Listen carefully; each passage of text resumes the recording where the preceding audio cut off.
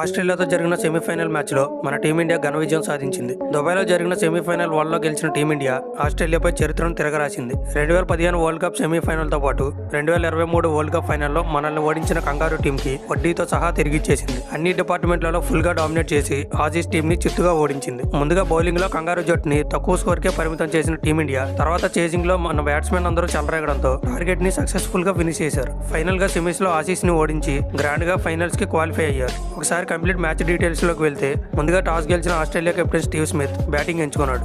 ఈ టాస్తో రోహిత్ వరుసగా 14 సార్లు టాస్ ఓడిపోవడం విశేషం. ఇక మొదటి బ్యాటింగ్ దిగిన ఆసీస్ టీంకి సరైన స్టార్ట్ దొరకలేదు. టీమ్ స్కోర్ 4 పరుగుల వద్ద ఓపెనర్ కనోలీ సెమీ బౌలింగ్లో డకౌట్ అయ్యాడు. కానీ మరో ఓపెనర్ ట్రేవిస్ హెడ్ ఎప్పటిలాగే తన అటాకింగ్ బ్యాటింగ్తో ఎదురుదాడికి దిగాడు. స్మిత్తో కలిసి సెకండ్ వికెట్కి 50 రన్స్ పార్ట్నర్షిప్ని కేవలం 32 బాల్స్లోనే బిల్డ్ చేశాడు. అయితే 32 బాల్స్లో 39 పరుగుల మీద బ్యాటింగ్ చేస్తున్న హెడ్ని అవుట్ చేసి వరుణ్ చక్రవర్తి టీమిండియాకి చాలా ఇంపార్టెంట్ బ్రేక్ త్రూ అందించాడు.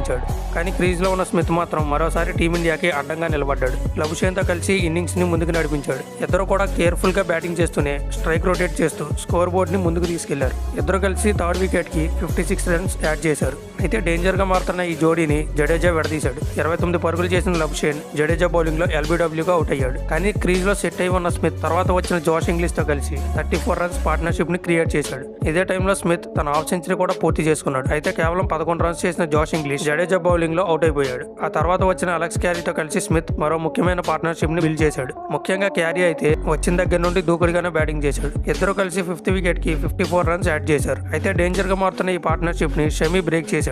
73 పరుగులు చేసిన స్మిత్ షమీ బౌలింగ్లో క్లీన్ బౌల్డ్ అయ్యాడు. ఇక్కడ నుండి ఆస్ట్రేలియా వరుసగా వికెట్లు కోల్పోయింది. కానీ క్రీజ్లో ఉన్న అలెక్స్ క్యారీ మాత్రం తన బ్యాటింగ్ని కంటిన్యూ చేశాడు. అదే ప్రాసెస్లో తన హాఫ్ సెంచరీ కూడా కంప్లీట్ చేసుకున్నాడు. అయితే టీమ్ స్కోర్ 249 దగ్గర 61 పరుగుల మీద బ్యాటింగ్ చేస్తున్న అలెక్స్ క్యారీ శ్రేయస్ అయ్యర్ చేసిన సూపర్ రన్అట్కి అవుట్ అయిపోయాడు. ఫైనల్ గా ఆస్ట్రేలియా టీం 264 పరుగులకు కుప్పకూలింది. టీమిండియా బౌలింగ్ లో షమీ 3 వికెట్లు తీసుకోగా జడేజా అండ్ వరుణ్ చక్రవర్తి చెరో 2 వికెట్లు తీసుకున్నారు. హార్దిక్ పాండ్యా, అక్షర్ పటేల్ కి చెరో వికెట్ దక్కింది. తర్వాత చేజింగ్ దిగిన టీమిండియా కూడా అంత మంచి స్టార్ట్ అయితే లభించలేదు. రోహిత్ అండ్ శుభ్మన్ గిల్ కలిసి మొదటి వికెట్ కి 30 రన్స్ పార్ట్నర్షిప్ ని మాత్రమే బిల్డ్ చేశారు. కానీ 8 పరుగులు చేసిన గిల్ ద్వార్షియోస్ బౌలింగ్ లో క్లీన్ బౌల్డ్ అయ్యాడు. దీనికి ముందు రోహిత్ ఇచ్చిన 2 క్యాచ్లను కూడా ఆసీస్ ఫీల్డర్స్ డ్రాప్ చేశారు. కానీ రోహిత్ ఈ లైఫ్ ని ఎక్కువసేపు యూజ్ చేసుకోలేకపోయాడు. 3 4లు 1 6 సాయంతో 28 పరుగులు చేసి మంచి టచ్ లో కనబడిన రోహిత్ కనోలీ బౌలింగ్ లో ఎల్బీడబ్ల్యూగా అవుట్ అయ్యాడు. దీంతో టీమిండియా 43 పరుగులకే ఓపెనర్ వికెట్లు కోల్పోయింది. కానీ తర్వాత కోహ్లీ అండ్ శ్రేయస్ అయ్యర్ మరోసారి టీమిండియాని ఆదుకున్నారు. ఇద్దరు కూడా కేర్ఫుల్ గా బ్యాటింగ్ చేసి మరో వికెట్ పడకుండా ఇన్నింగ్స్ నడిపించారు. మంచి బాల్స్ కి రెస్పెక్ట్ ఇస్తూనే స్ట్రైక్ రొటేట్ చేస్తూ స్కోర్ బోర్డ్ ని ముందుకు నడిపించి ఇద్దరు కలిసి థర్డ్ వికెట్ కి 91 రన్స్ గేమ్ చేంజింగ్ పార్ట్నర్షిప్ ని క్రియేట్ చేశారు.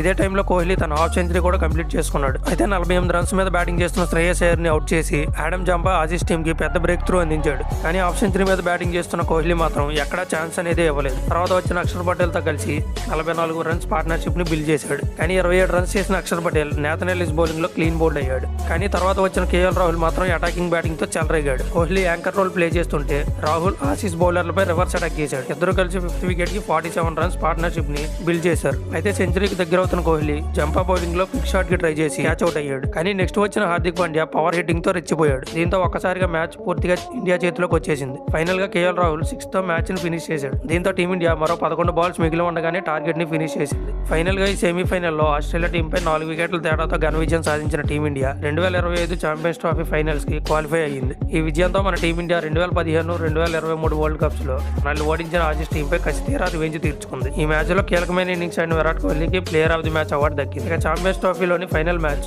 మార్చి 9వ తేదీన ఆదివారం జరుగుతుంది. సెమీఫైనల్ 2లో న్యూజిలాండ్ అండ్ సౌత్ ఆఫ్రికా టీమ్స్లలో గెలిచిన టీం మన టీమిండియాతో ఆదివారం ఫైనల్ మ్యాచ్ ఆడుతుంది.